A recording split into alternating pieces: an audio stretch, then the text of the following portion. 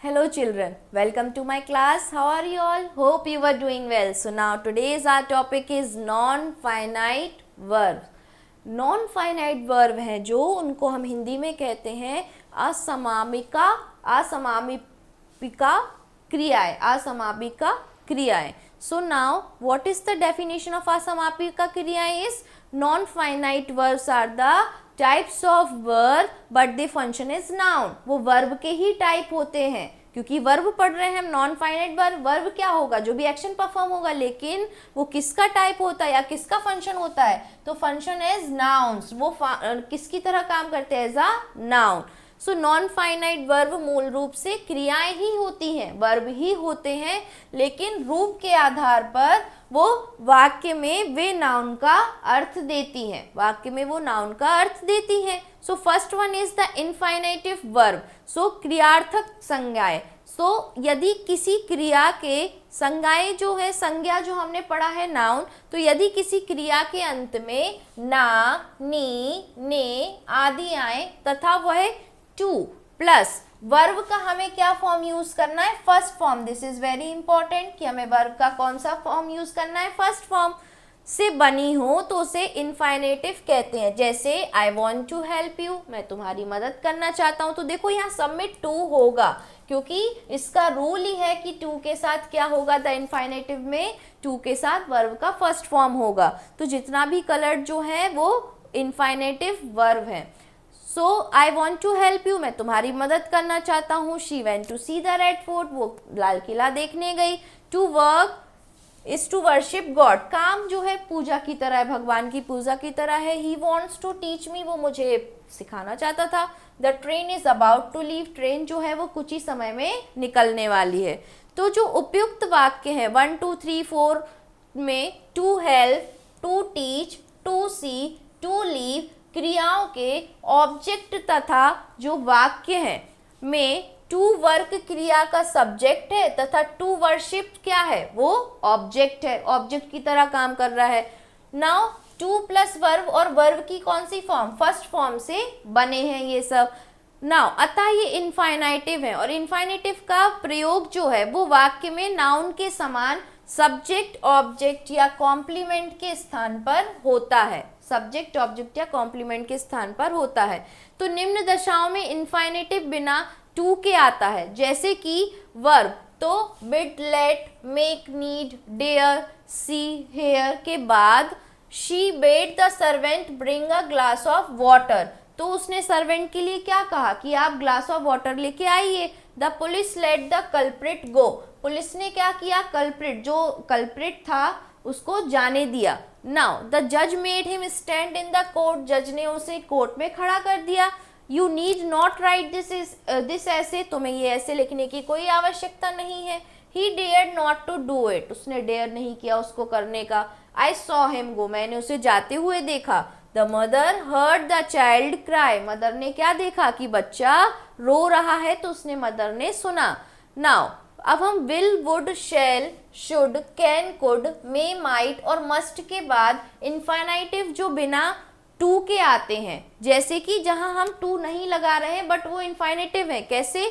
She can run fast, तो यहाँ पे रन, यू वो दौड़ सकती है तेज. यू मस्ट वर्क हार्ड, तुम्हें मेहनत करनी चाहिए. So work. I will keep my promise, मैं अपना प्रॉमिस रखूंगा. One should obey one's parents, एक हर किसी को अपने पेरेंट्स की बात माननी चाहिए.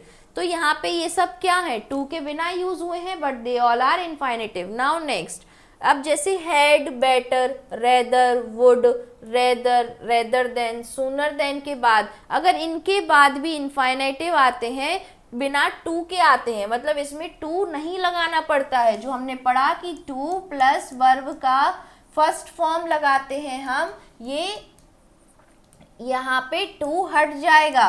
तो इसीलिए हम इनका यूज सीख रहे हैं कि अगर हैड, बेटर, रेदर ये सब हमें सेंटेंस के पहले आते हैं, रेदर देन, सूनर देन, तो उनके बाद जो इनफाइनेटिव लगते हैं उसमें टू का यूज नहीं होता. तो फर्स्ट सेंटेंस है I would rather die than beg, मैं भीख मांगने से पहले मैं मरना चाहूँगा. He had better ask permission, उसे परमिशन ले लेनी चाहिए. Indian team had rather play match than leave for home, Indian team को मैच जो है खेल लेना चाहिए घर जाने से पहले। Now kinds of infinitive, kinds of infinitives क्या क्या होते हैं? तो first one is noun infinitives होते हैं and second one is gerundial infinitive. तो नाउन इनफाइनेटिव क्या होते हैं? तो ये किसी वर्ब के सब्जेक्ट या ऑब्जेक्ट के रूप में वाक्य में प्रयोग होते हैं। सब्जेक्ट या ऑब्जेक्ट की तरह बिहेव करेंगे, जैसे to walk is a good exercise. To walk क्या है? सब्जेक्ट है, लेकिन he likes to work hard, तो टू वर्क क्या है? यहाँ पे ऑब्जेक्ट है। तो यहाँ पे फर्स्ट सेंटेंस में वो सब्जेक्ट की तरह है, सेकंड सेंटेंस में टू वर्क ऑब्जेक्ट की तरह है। तो ये सब्जेक्ट या ऑब्जेक्ट दोनों की तरह हो सकते हैं। कौन? नॉन इनफाइनेटिव्स। नाउ वाक्य में टू वॉक किया इसका सब्जेक्ट है तथा वाक्य बी में टू वर्क किया लाइक का ऑब्जेक्ट है।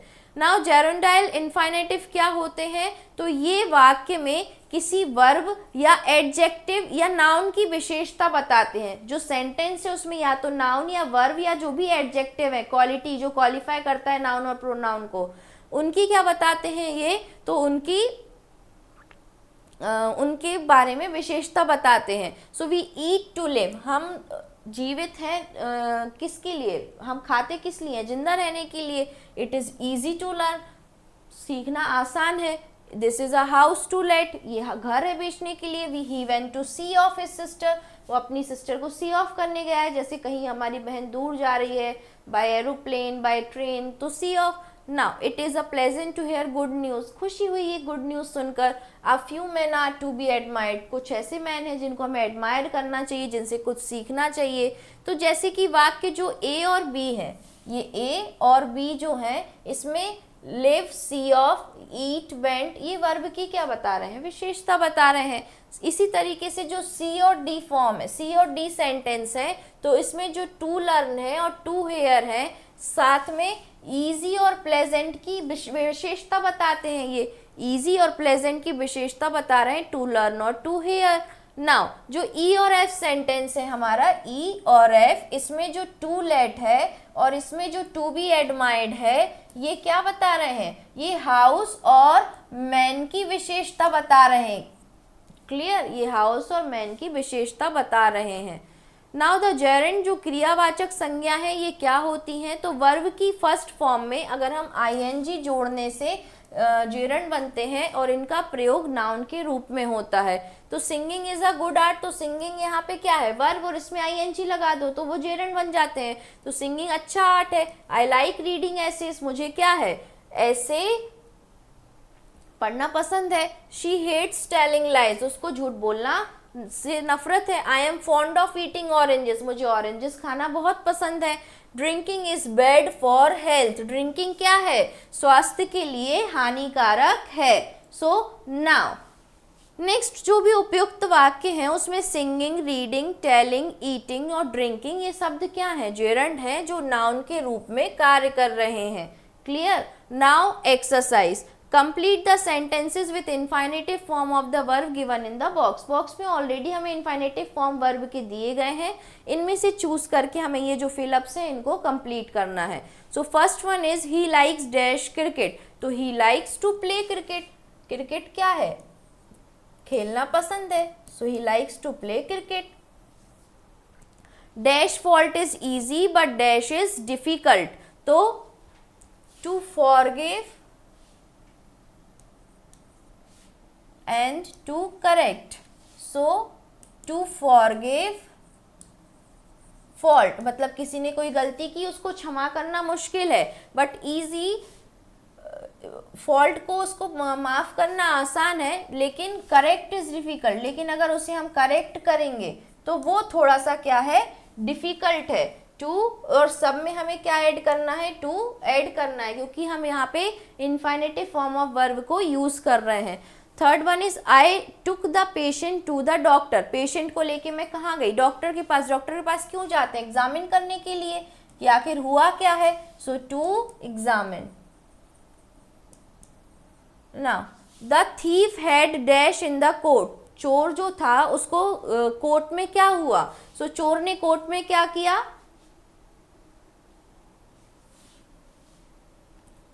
Surrender. This is 1 2 3 4, okay 4. So this is to surrender.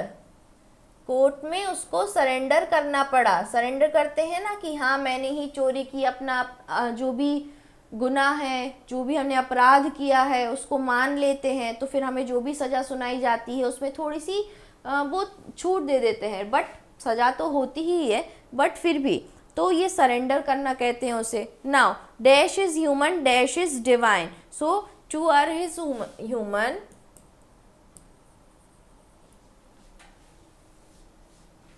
To forgive is divine. अब इसमें ह्यूमंस जो होते हैं वो इस तरीके के होते हैं, वो किसी को माफ़ नहीं कर पाते, कई बार गलतियां करते रहते हैं, लेकिन माफ़ कर देना ही डिवाइन है, शक्ति है, जिससे हम माफ़ करना ही हमारी शक्ति बना सकते हैं, और वो सही भी होता है, जिससे हम डिवाइन पाथ हमारे लिए खुल जाता है। He was much pleased dash of his success, so to hear, उसमें अपनी सक्सेस के बारे में सुन के खुशी हुई। लेट हिम डैश, तो लेट हिम क्या, गो, जाने दो। I would rather die than, अब इसमें ये तो सेंटेंस हमने पहले ही पढ़ा था कि भीख मांगने से अच्छा मैं मरना प्रेफर करूंगा। यहाँ the teacher made him dash in the sun, to stand, sun में सूरज में क्या, खड़ा होना, made him to stand in the sun.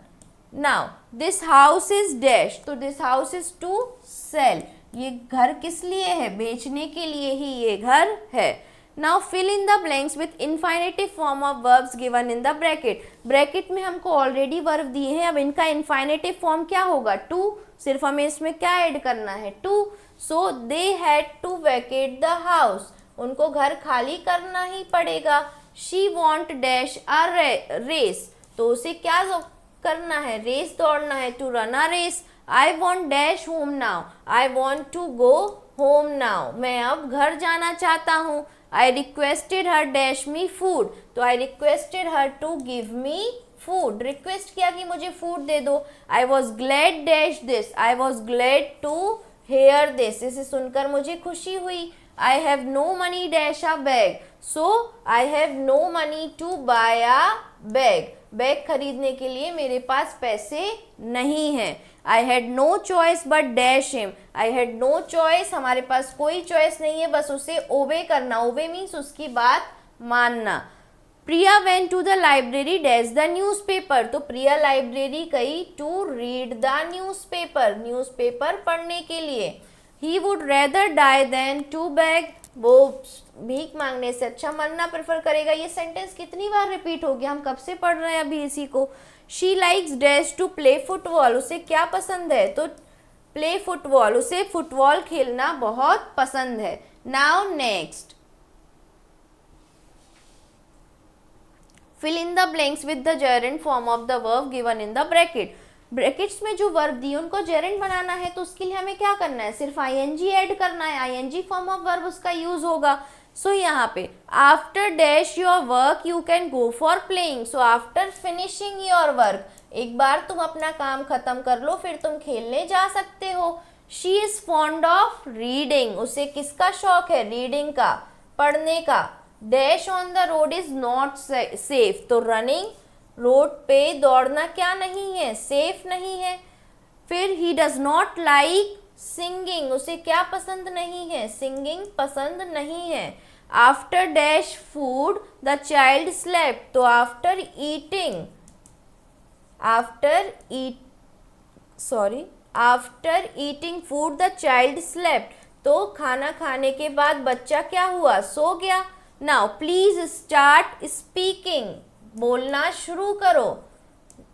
Now Priya is fond of dash mangoes, तो ईटिंग मैंगोज, उसे मैंगोज खाने का बड़ा शौक है। वी आर टायर्ड ऑफ, हम किससे थक चुके हैं, we are tired of walking, ING form, चलने से। Now on dash the noise I awoke, so on hearing the noise, on hearing the noise, आवाज सुन के मैं जाग गया। Now he gave up cheating, उसने क्या कर दिया, चीटिंग करना छोड़ दिया। यहाँ पे गिव अप बोल रहे हैं, इस चीज को ध्यान देना कि ही गेव अप चीटिंग।